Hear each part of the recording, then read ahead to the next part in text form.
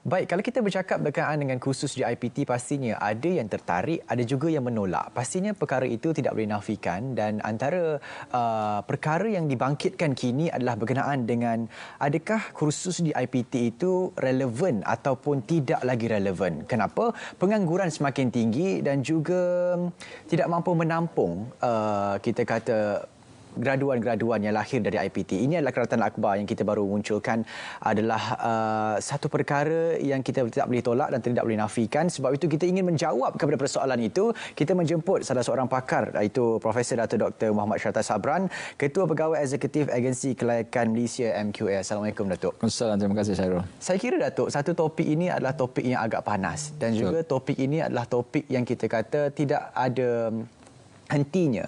Satu, kita jemput Datuk sebagai seorang yang pakar dan arif tentang hal ini. Dan kenapa perkara ini boleh terjadi sebenarnya, Datuk? Okay, terima kasih Syahrul. Pertama, saya nak ucapkan jutaan terima kasih kepada RTM kerana beri peluang kepada kami di MQA untuk memberikan penjelasan.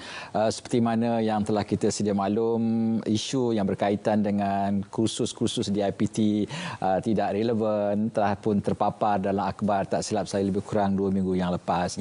Dan sudah pasti perkara ini menjadi satu kerisauan dalam kalangan mahasiswa, terutamanya ibu bapa dan sebagainya.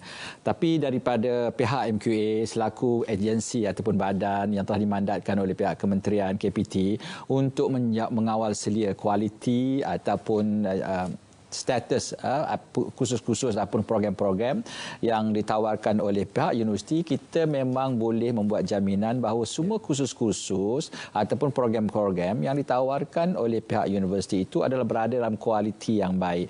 Dan ini merupakan hasrat yang telah seringkali disebut oleh Wabi Menteri KPT yang mengkehendaki program-program kursus-kursus yang ditawarkan itu supaya relevan daripada semasa ke semasa. Kita juga kena sedar bahawa setiap kursus yang ditawarkan oleh IPT ini sentiasa bersifat dinamik. Dia tidak akan bersifat statik. Sebab nak meletakkan 100% kesalahan ataupun beban kepada kursus ataupun program semata-mata, kita perlu lihat dalam skop yang berbeza. Mungkin dalam program ini kita boleh bincang mengapa dan kenapa program ataupun kursus dengan pengangguran itu ada kait-mengait. Okey, baik. Saya suka Datuk bercakap berkenaan dengan kualiti dan kuantiti itu saya. Bercakap berkenaan dengan kuantiti itu, mungkin ada kota tertentu daripada IPT-IPTA dan juga IPTS dalam negara kita hari ini, rasanya perlu dikurangkan lagi kerana pengangguran itu masih meningkat.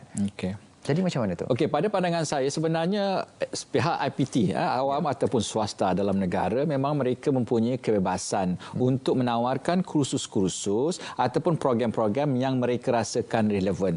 Di pihak MQA kita sentiasa memastikan kualiti itu diletakkan sebagai perkara ataupun agenda utama.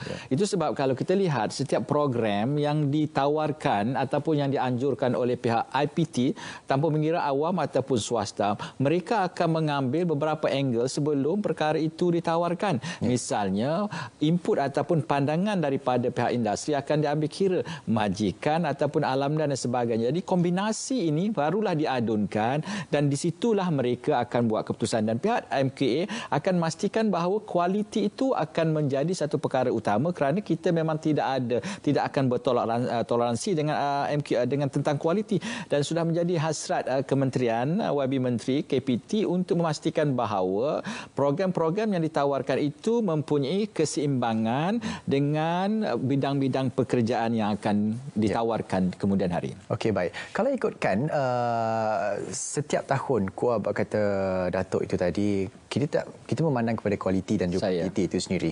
Tapi bagaimana pula dengan ada situasi yang mengatakan IPT ini di Malaysia, khususnya IPTA ini, dalam katanya mesra lulus. Asal yang masuk je keluar akan dapat sijil daripada IPT itu sendiri. Jadi bagaimana sebenarnya MQA menjalankan tugas bagi membuat kajian jurusan? Adakah jurusan itu, kursus itu relevan ataupun tidak pada masa-masa yang tertentu? Okey, kita tidak boleh menyatakan bahawa sekiranya ramai pelajar-pelajar kita lulus, maka kita boleh mengandaikan bahawa ini satu program yang mesra lulus. Kerana kita kena lihat kehebatan critical thinking, pemikiran kritis dalam kalangan masyarakat kita pada hari ini amat luar biasa. Kalau zaman saya dulu, tahun 1967, saya lahir, masa saya masuk sekolah rendah, masuk sekolah menengah, SRP, hari ini P3 dan sebagainya, ataupun SPM, untuk mencari mereka yang lulus grade 1, ataupun untuk mencari mereka yang dapat banyak A, amat satu perkara yang sangat sukar untuk ditemui ketika itu.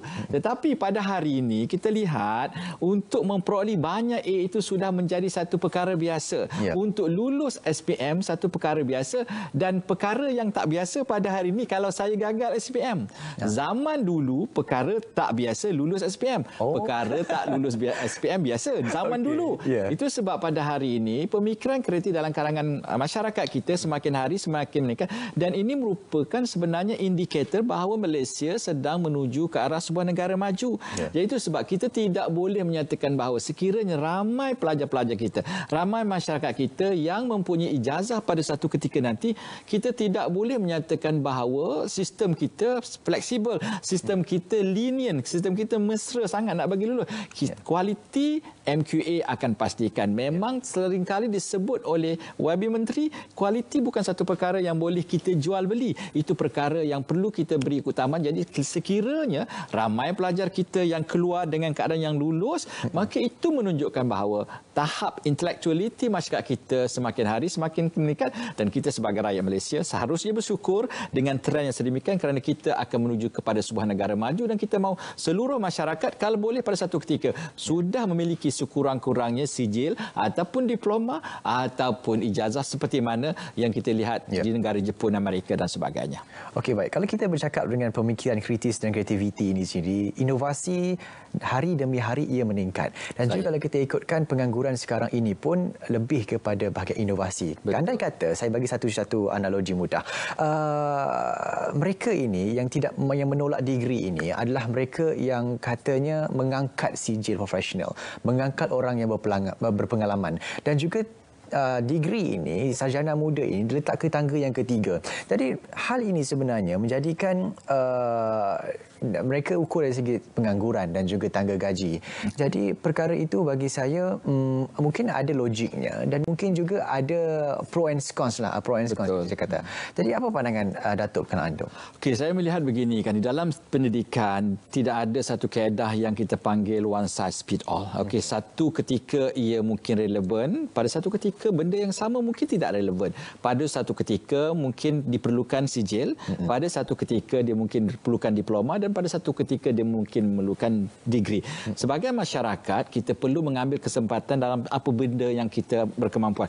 Kalau sekiranya saya mempunyai potensi untuk cemerlang dalam sijil, maka saya kena pergi ke situ, dan begitulah dengan diploma dan juga dengan ijazah dan sebagainya.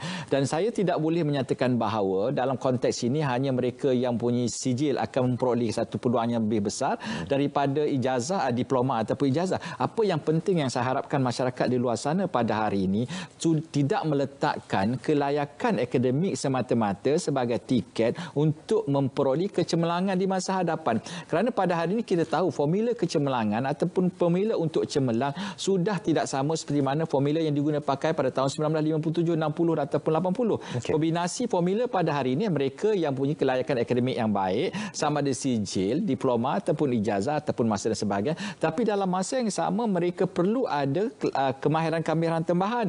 Sama ada kemahiran boleh menguasai 3-4 bahasa, ataupun kemahiran dalam inovasi ataupun kreativiti ataupun critical thinking. Macam saudara Sairul tadi sebelum kita masuk dalam program, saya sempat berbincang, saudara Sairul dari segi kaedah kepakarannya adalah mechanical engineering.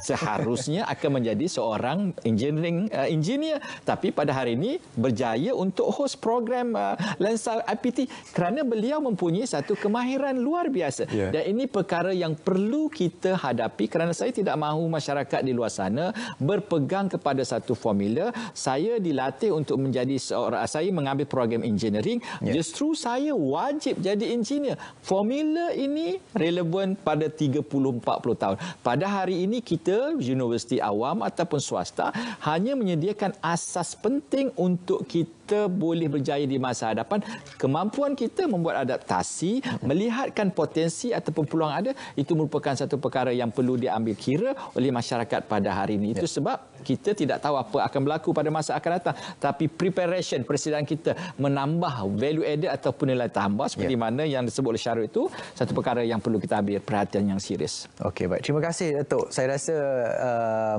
ini adalah satu berkat daripada Tuhan juga. Mungkin ada yang seperti saya, mungkin ada yang tidak. Jadi mungkin yang tidak itu adalah mereka ini mungkin tercari-cari apa value added yang mereka ingin mahukan. Dan apa kata Datuk tadi, mereka perlukan value added dari setiap pelajar dalam masyarakat Malaysia. Akan tetapi, Datuk, bagaimana pula anda kata kita perlu value added, adakah kursus di IPT itu sendiri tidak relevan?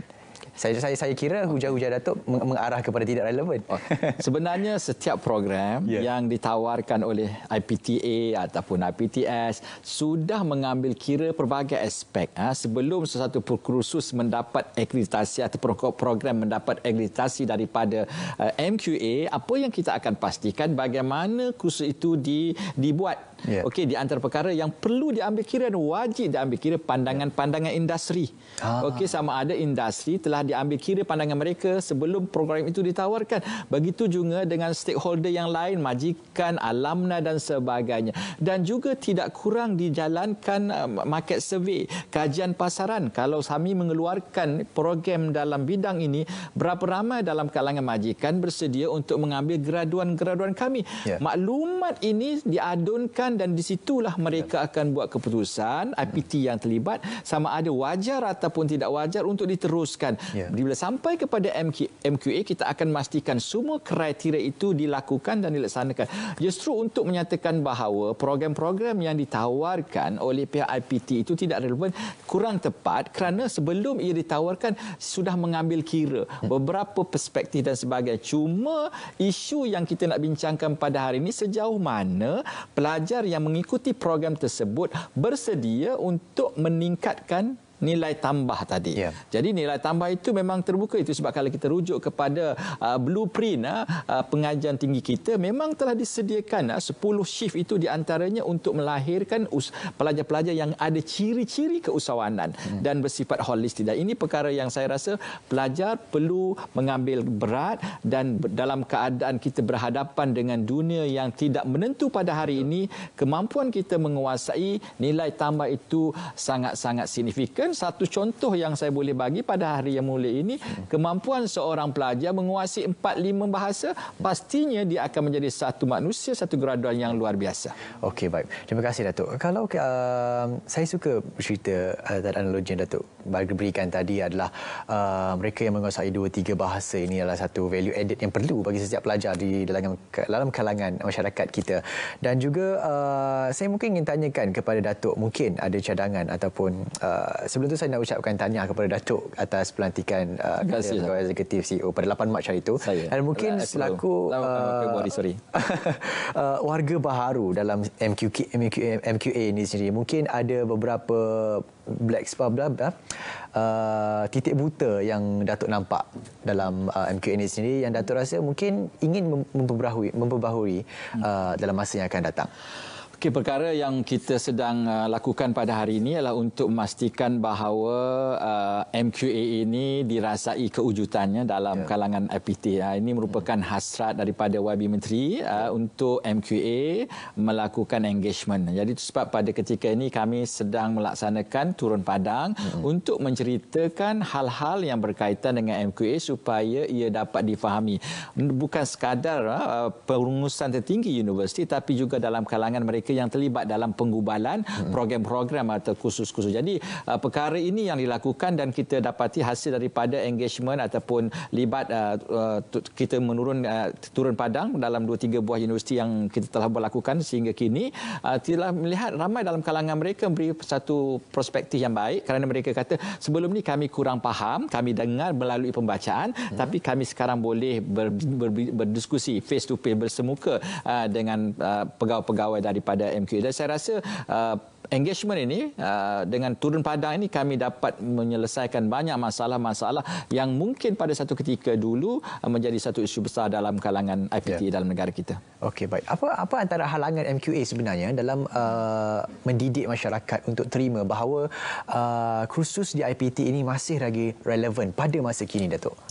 Halangan utama kita perlu mewawarkan, ini merupakan program Lensa pada hari ini merupakan satu kaedah untuk mewawarkan kepada masyarakat di luar sana di antara realiti dan persepsi itu perlu kita selesaikan. Kita tidak mahu mendapat berita daripada parti A, parti B, parti C dan sebagainya. So sekiranya masyarakat di luar sana menghadapi sedikit kekeliruan ataupun kurang samar-samar maklumat-maklumat yang diperoleh, saya mencadangkan dan menggalakkan masyarakat terus kepada portal MQA dan di situ anda mendapat satu penjelasan. Dan kami juga di MQA memang setiap hari Jumaat kita mengeluarkan 3 ataupun 4 minit YouTube berkenaan produk-produk ataupun informasi-informasi mengenai MQA dan di situ anda boleh mendapat maklumat.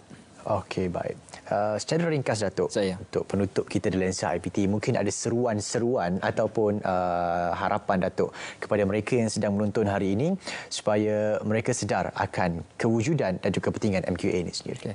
Okey, yang pertama, MQA memang kita akan sentiasa memastikan semua program-program yang ditawarkan oleh IPT kita, awam ataupun swasta, memang berada di kualiti yang tinggi. Kerana apa? Kerana kita nak pastikan bahawa graduan-graduan kita ini bukan sekadar boleh dipasarkan dalam negara tapi juga boleh dipasarkan ke luar negara. Itu sebab salah satu perkara yang dilaksanakan secara agresif oleh MQA pada hari ini adalah untuk mendapat pengiktirafan daripada badan-badan kualiti antarabangsa seperti di Amerika, di Australia, New Zealand dan sebagainya.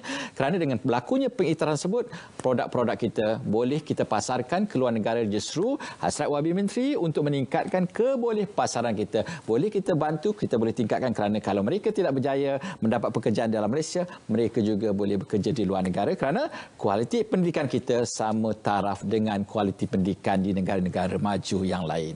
Okey, baik. Terima kasih banyak Datuk atas perkongsian dan juga sediaan Datuk berada di sini. Banyak perkara yang kita bincangkan supaya dapat membuka mata rakyat Malaysia. Saya pun tersentak sebenarnya. Kadang-kadang tak boleh nak menjawab persoalan rakan-rakan juga dan juga masyarakat di luar sana tentang adakah kursus IPT ini relevan, dan pastinya hari ini membuka mata saya dan juga membuka mata seluruh rakyat Malaysia yang sedang menonton Lensa IPT sekarang ini. Apapun, kita nak ucapkan sekali lagi kepada Profesor Datuk Dr. Muhammad Syahtar Sabran, terima kasih atas kesudian meluangkan masa pada hari ini Lensa IPT.